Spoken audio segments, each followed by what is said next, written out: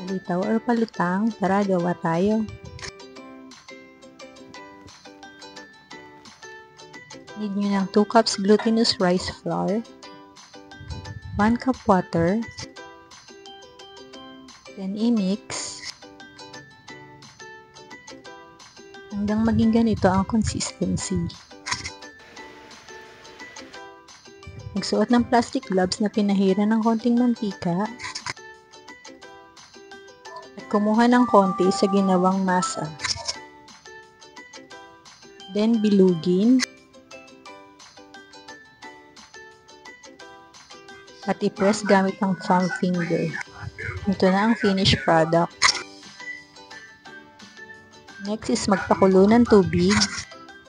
At habang nagpapakulo, gawa naman tayo ng sausawan. 4 na kutsarang asukal, pwedeng wash or white. 1 tablespoon roasted sesame seeds. Then i-mix. Pag kumukulo na ang tubig, ilagay na natin ang palitaw. Then naantayin lang nating lumutang. Kapag lumutang na ang palitaw, luto na at hanguin na. Pwede ring lagyan ng kinayod na niyog. Kain na! Thanks for watching. Follow and share.